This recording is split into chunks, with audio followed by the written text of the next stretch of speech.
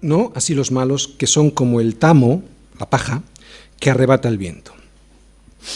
No así los malos. Esto es una declaración contundente, ¿no? Absoluta, tajante, que no deja lugar a dudas. El Señor es muy claro. Dos caminos. No así los malos. Lo que acabamos de leer en este versículo nos muestra un contraste tremendo entre este versículo y el versículo que acabamos de leer, el 3. Esta declaración absoluta, no así los malos, nos está diciendo que solo hay dos caminos, el camino de los justos y el camino de los malvados, o sea, de aquellos que no quieren seguir los consejos de Dios. ¿Cómo son estos malos, estos injustos, aquellos que no están justificados por Cristo? Pues que son como el tamo que arrebata el viento. El contraste, como os he dicho, es brutal. El justo es un árbol plantado que da fruto, y el injusto es como la paja, que al no tener raíces, pues cualquier viento de doctrina le lleva de allá para acá.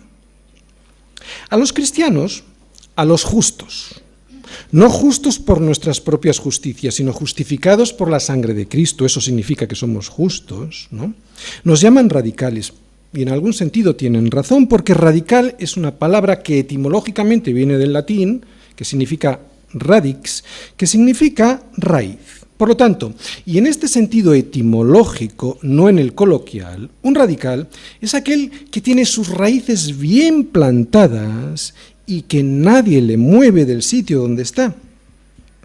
Y los cristianos somos como árboles bien plantados en Cristo y de allí no nos movemos. Eso les sorprende a los demás, porque están influenciados por la dominante cultura actual que se llama relativismo, ¿no?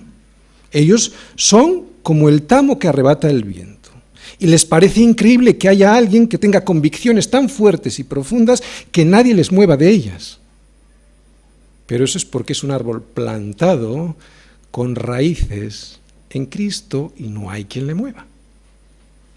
El tamo, la paja, tiene las siguientes características.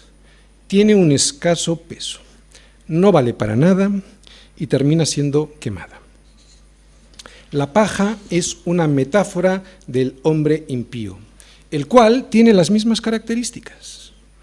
Tiene un escaso peso moral, todo lo que hace no tiene ningún valor eterno, y su futuro terminará siendo el mismo futuro que el de la paja, apartado para ser echado al fuego.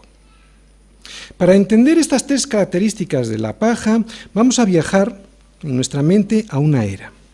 Allí el campesino, que es el señor de la era, pues lo que hace después de recoger la cosecha, pues se prepara para aventar, ¿no? Para lanzar al aire la mezcla de paja y trigo. El propósito de esta acción, todos lo sabemos, ¿no? Es separar el grano de la paja. El grano, como pesa más, cae a los pies de su señor. La paja, como no tiene peso, es llevada lejos por el viento.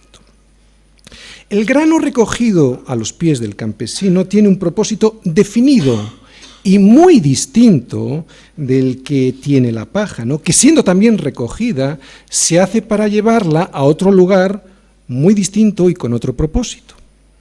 Pues así es como termina el hombre necio, el hombre que no tiene en cuenta, que desprecia la voluntad de Dios expresada a través de su palabra. La primera característica de un hombre así es que no tiene ningún peso. Carece de raíces. Su peso moral es nulo. Le da lo mismo 8 que 80, ¿no?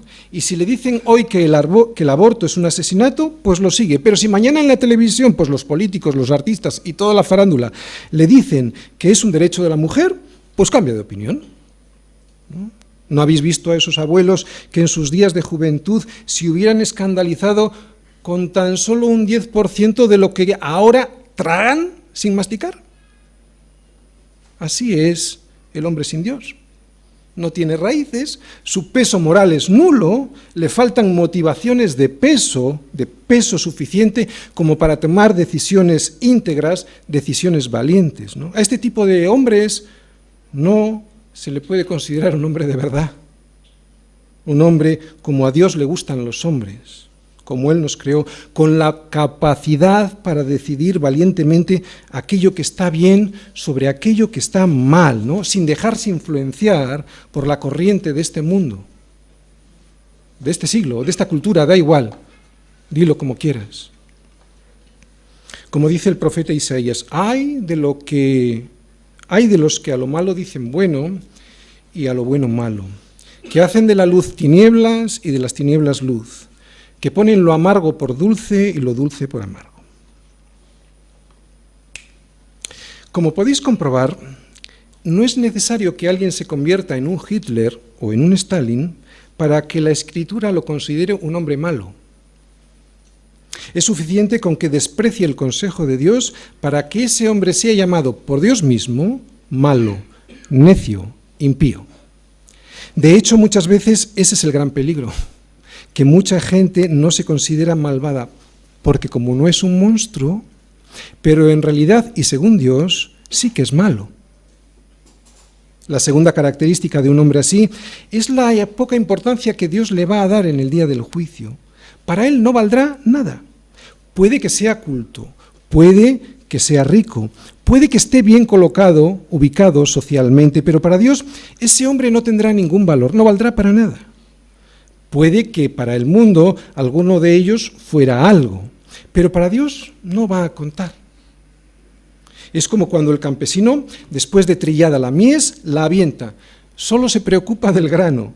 La paja queda a merced del viento, ¿no? Para que sea el viento que la lleve lejos, ¿no? Ya irá después a por ella, porque para Dios la paja no tiene ningún valor. Y precisamente como para Dios no vale nada, le tiene preparado un final muy diferente al que ha pensado para el grano. Y es aquí donde viene la tercera característica del hombre malo, del hombre necio, del impío, ¿no? Que será desechado. Por tanto, esta es la enérgica e inapelable conclusión de Dios. Por tanto, versículo 5. Por tanto, no se levantarán los malos en el juicio, ni los pecadores en la congregación de los justos, porque el Señor conoce el camino de los justos, mas la senda de los malos perecerá.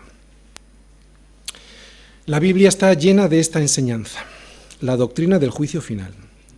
Y aunque al hombre no le guste, es de justicia que haya justicia, ¿no? ¿Quién se puede oponer a esto? Nadie. Hasta aquí todo está bien. Es de justicia que haya justicia. Pero la justicia implica que haya juicio. Y es aquí donde la gente empieza a torcer el morro. ¿Por qué?